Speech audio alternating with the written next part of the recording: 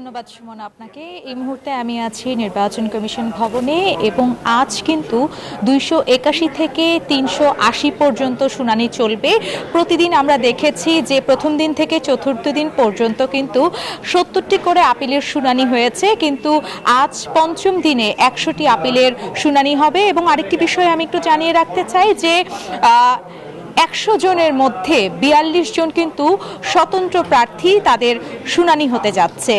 এছাড়াও যদি বলি গত 4 দিনে 280 জনের মধ্যে 204 জনের কিন্তু মনোনয়ন বৈধ ঘোষণা করা হয়েছে এবং 76 জনের মনোনয়ন অবৈধ ঘোষণা করা হয়েছে।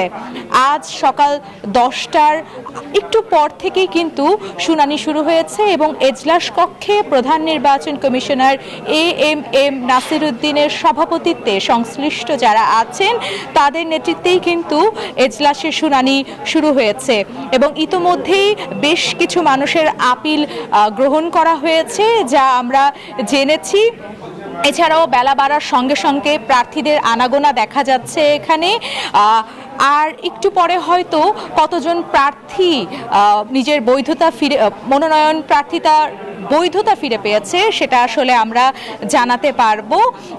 এছাড়াও যদি আমি একটু বলি যে আজ অন্য দিন থেকে একটু ভিন্ন, যেহেতু 100 জন প্রার্থীর বৈধতা মানে 100 জন প্রার্থী আছে যাদের আসলে শুনানি চলবে। তো এ ছিল নির্বাচন ভবন থেকে সর্বশেষ তথ্য। সুমন।